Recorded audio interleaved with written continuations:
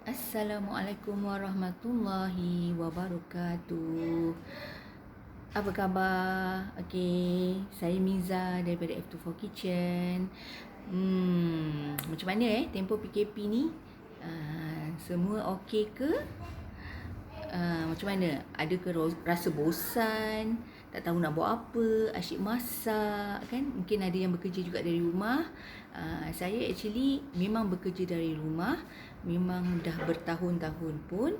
Kecuali kalau kata ada meeting ataupun kerja-kerja yang perlu saya ke site ataupun ke office, saya akan masuk. Yang selebihnya saya hanya berada di rumah.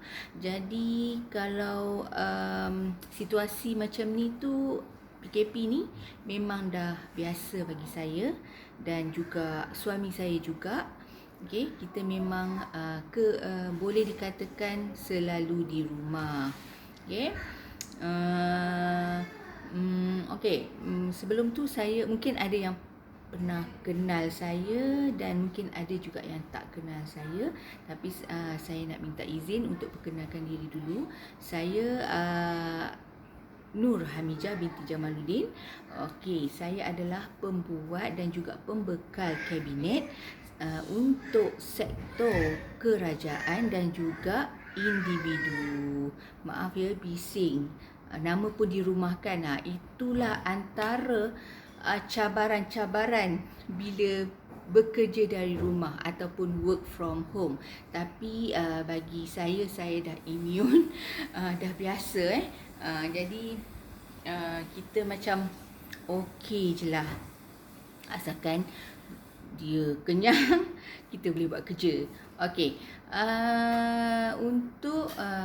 Tapi sebelum tu, sebelum saya pergi ke depan lagi, saya nak ambil kesempatan ni nak ucapkan juga ribuan terima kasih kepada semua penyokong-penyokong F24 Kitchen, semua pelanggan-pelanggan saya ataupun future customer dan juga semua agensi-agensi yang banyak membantu F24 Kitchen ini.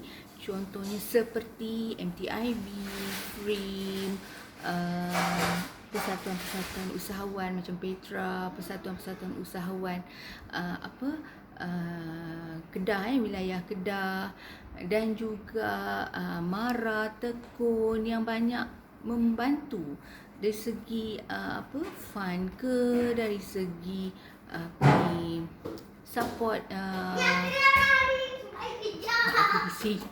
support dari segala segi lah, kan. Jadi kalau tanpa orang-orang ni, mungkin saya pun biasa-biasa saja. Cuma kata apa, ada disebut macam mana nak kata,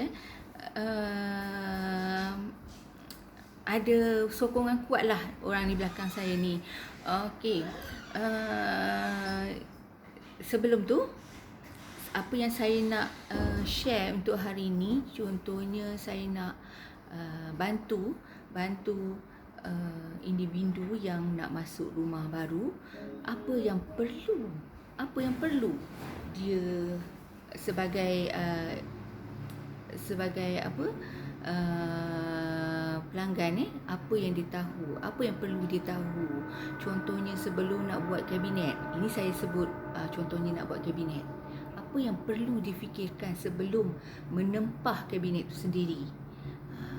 Contohnya untuk ruangan dapur, tuan-tuan dan puan-puan mesti pastikan apa yang perlu, yang utama perlu ada.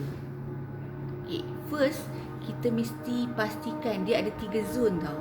3 zon tu iaitu zon memasak, zon penstoran ataupun storage dan juga zon cuci.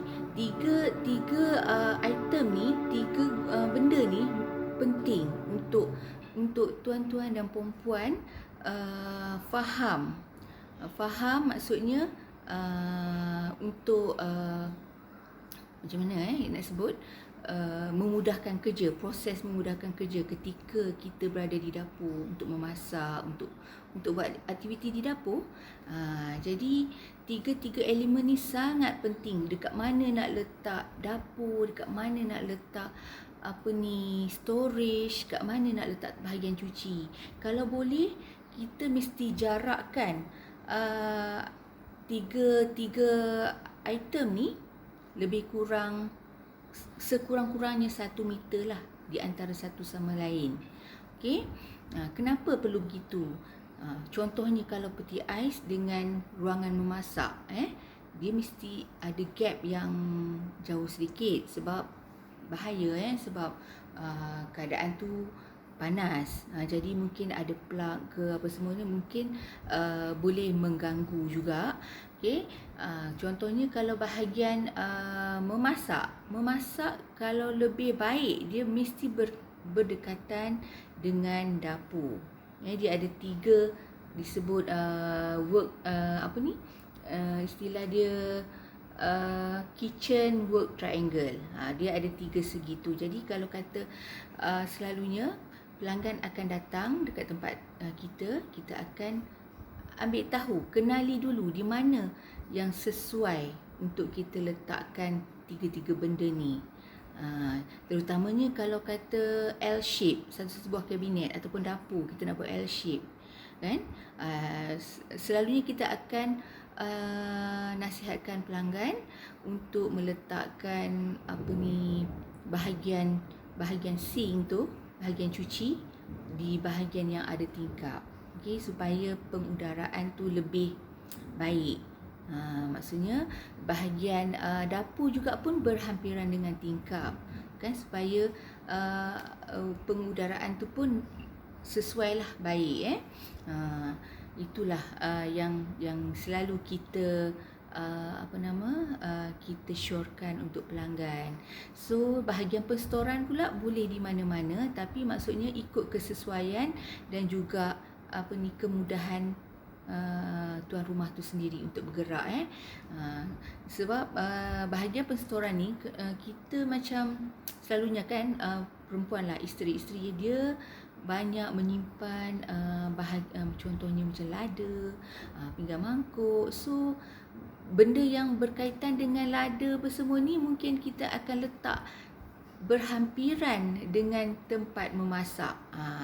Dia adalah memudahkan pergerakan kita dan mempercepatkan proses kita dekat dapur tu. Kalau jauh-jauh tu menyusahkan kita sebenarnya, betul tak? Okey. Actually kalau untuk bahagian dapur kita ada pelbagai pattern yang sesuai dan juga yang kita boleh syorkan. Contohnya kita ada L shape, kita ada I shape, kita ada G shape, dan juga apa lagi macam-macam. Dia ada macam-macam. Ataupun yang kita panggil yang dua-dua belah tu, seiring. Saya pun terlupa dia punya term dia. Tapi maksudnya benda-benda ni kalau kata kita sebagai pemilik rumah yang ingin buat kabinet ke, buat barang-barang perabot, kita boleh datang berbincang dengan kita punya team ataupun mana-mana kedai perabot tu untuk minta dia punya pandangan yang sesuai dengan rumah. Sometimes kita mungkin rasa ia sesuai dengan keadaan tu, tetapi bila kita nasihatkan balik pelanggan, kita terangkan apa dia punya solusi, kan. Jadi di situ pelanggan akan nampak, kalau dia letak di sini dia lebih sesuai berbanding yang dia nak tu, kan. Sebab benda-benda ni selalunya ID dia akan memberi pandangan yang yang baiklah, yang sesuai untuk pelanggan-pelanggan ataupun pemilik pemilik kitchen cabinet itu sendiri, untuk dia inilah untuk dia buat kabinet tu. Okey, mungkin ini adalah yang pertama. InsyaAllah kita akan share lagi untuk pattern-pattern lain ataupun susun atur kabinet yang lain di sesi yang lain. Okey, setakat itu dari saya. Assalamualaikum. Terima kasih.